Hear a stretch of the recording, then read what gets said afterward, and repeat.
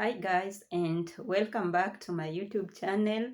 For those who are new here, I'm Caroline Gaira, aka Cherry Blossom, a Kenyan working in Middle East. So guys, if it's your first time stopping by to my channel, I just want to say karibu sana, and I'd be so happy if you consider joining the family, and you can only do that by subscribing to this YouTube channel. So guys, on my previous video, I told you guys that I'd be coming back with part 2 of my story.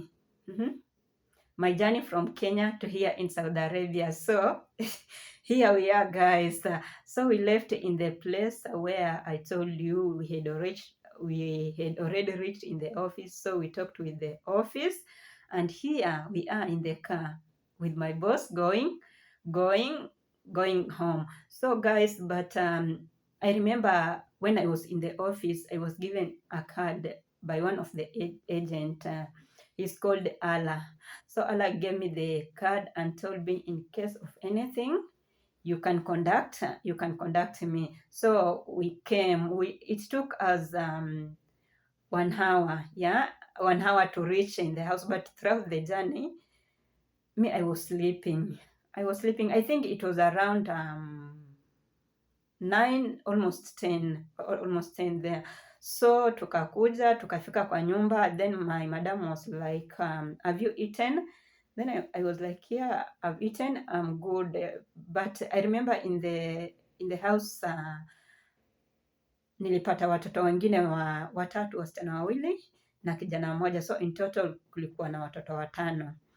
Nikafika, so she was like, you can clean. We had few dirty utensils on the sink, so she was like, you can clean the utensils, then you go and rest. So I cleaned, then she showed me the room, then I rested. But I came and realized ilikuwa wakati wa Ramadhani, nilikuja ndio Ramadhani ilikuwa imeanza. So nikaamka the following day, sikuamka, alikuja akaniamsha, ilikuwa kitu saa 3 hapo hivyo ikielekea saa 4. But my madam was, as in, she was good the way she talks, but guys, the first shock, vile tulishuka kutoka kwa gari, I was like, the house was big. The house was looking like state house, Our state house ilikuwa kubwa, so I was like, oh my gosh. So the following day nikaamka, akanionyesha kazi nini. I remember the first time, so she was like, you can make your breakfast. Nikaenda kitchen nikatengeneza chai, but shock, hapa kulikuwa na si mkate yenye tumezoea kula Kenya, unaona, kulikuwa na mkate tunaita hapa hobos. So nikakula mkate haina taste, the bread is tasteless, So I was like, oh my gosh, what's this now? So nikakula nini, siku zikaenda hivyo, but my madam was expecting, she was pregnant.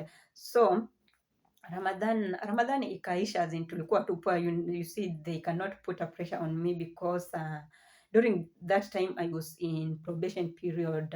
If you came here in Saudi Arabia, the first 3 months nile ya kupimana, as in you and your boss, you are given 3 months to decide whether I'm going to work in this house or no. So 3 months zikaisha, Ramadhan ndio hiyo ikaisha. So my madam had this complication. He was alikuwa anaenda kwa si kila saa nini, so unfortunately she lost the baby. And according to the I don't know the customs or the culture of this country, when the wife akizaa anapaswa kuenda kwao for duration of 1 month, ndio baadaye atarudi kwa bwanake. So he had to go with them, na alienda na huyu mtoto mdogo, so nikaachwa na 4 juu 4 wote walikuwa wanaenda shule. So I think during that time ndio I was falling into depression slowly, because I'm here alone in the house. I had to think by myself here. I have the kids, they need to eat. I don't know how to cook their foods, what. So watoto walikuwa wanaenda shule here, they always go to school almost almost 6, then wanarudi by 12 pm wanakuwa wamerudi. So ndio wanaenda shule, nimebaki peke yangu kwa nyumba, inafaa niwapikie, niwaamshe nini, na si kama watoto wa Kenya wenye utasema utapika chai tu wote wakunywe na waende shule. Kuna mwenye atataka akunywe chai asubuhi, kuna mwenye atataka juice, kuna mwenye atataka toasted bread with boiled egg, with fried egg, as in they eat different types of breakfast during the morning. So you'll find yourself unatengeneza breakfast aina mingi, and during that time I used to wake up at 4 am, naenda na waamsha hata watoto wakubwa, because the first born was 16 years, the second born was 14, the third born was 10, the fourth born was 7, and the last born was 4 years. So ilikuwa nikiwatayarisha, naenda na waamsha wote mpaka hao wakubwa, nakuja na watengenezea breakfast wote na wa prepare, wanaenda shule. Huyu mdogo wa 7 years nilikuwa nampakia snacks, anaenda nazo shule nini. So I think nilikuja kama kulikuwa, it was summer, and oh my gosh, I was sweating like nilikuwa na sweat, nilikuwa nikiamka tu asubuhi, jua haijatokelezea lakini nimesweat, so I had to have this headache. Nilikuwa naumwa na kichwa because of the climate, so nilikuwa nashinda naenda housing. I remembered this time it was around 12 am, almost past midnight there. So I had this headache non-stop, mpaka zilikuwa zina affect macho na mwana macho nini. So I remember texting Alam. Then I was like, Carla, you know what, me, I don't think I'll reach tomorrow. I would just want to go to the hospital. Can you talk to my boss? Because at that time sikuwa na namba ya boss na sikuwa najua kama ako kwa nyumba ama hayuko. So I had to talk to my agents. Then Ala was like, you'll be okay. I'm going to talk to your boss nini. So I thank Allah because he responded immediately. Imagine at past midnight, but someone is there, as in responding to your text, as in Allah, wherever you are, as in I'm really, really grateful. Na I just want to say thank you so much for everything that you did to me. So he talked to my boss. Then the following day in the morning, I was taken to the hospital. To the hospital with my boss and the second born. That second born, she was so good to me. Baby, as in she's Dana, but I call her Diana. So Diana, wherever you are, I know you'll watch this video. Wherever you are, I just want to say thank you so much. As in that baby, she was really there for me. Every time that they were leaving, she was like, Carolina, make sure you eat. If you don't eat, I'll be sad. You can just eat anything inside the fridge. We have the cheese, we have just eat anything. Okay. She was, as in, really nice to me, and for that, as in, I want to say thank you so much, Dana. So nikapelekwa hosim. I think it was the climate ndio ilikuwa inani affect nini, but I also want to thank my pastor, wherever you are, Pastor Susan, together with your husband. I just want to say thank you so much, because she was always there for me, praying for me, encouraging me. Then I used to take, because it was so hot. Sometimes here in Saudi Arabia, the temperature might get up to 50 degrees. So my pastor, she was like, I used to take cold water because it was hot. Then I was like, let me take cold water so that nisisi kiu. So my pastor was like, don't take that cold water. I think it's the one that it's affecting you. So I tried as much as possible to avoid taking the cold water. So I used to take the water at room temperature. So tukaendelea tu hivyo. As in another thing here, when I came, I told you my boss hawako wanajua kuongea Kiingereza, so every time we were communicating in we were using translator. So if my madam wants something, she can write on the phone, then we translate in English. If I want something, I can write, then you translate in Arabic. We used to live like that, and that one was too much for me, as in it was too much for me. Sometimes we use sign language, so I was like, what kind of life is this?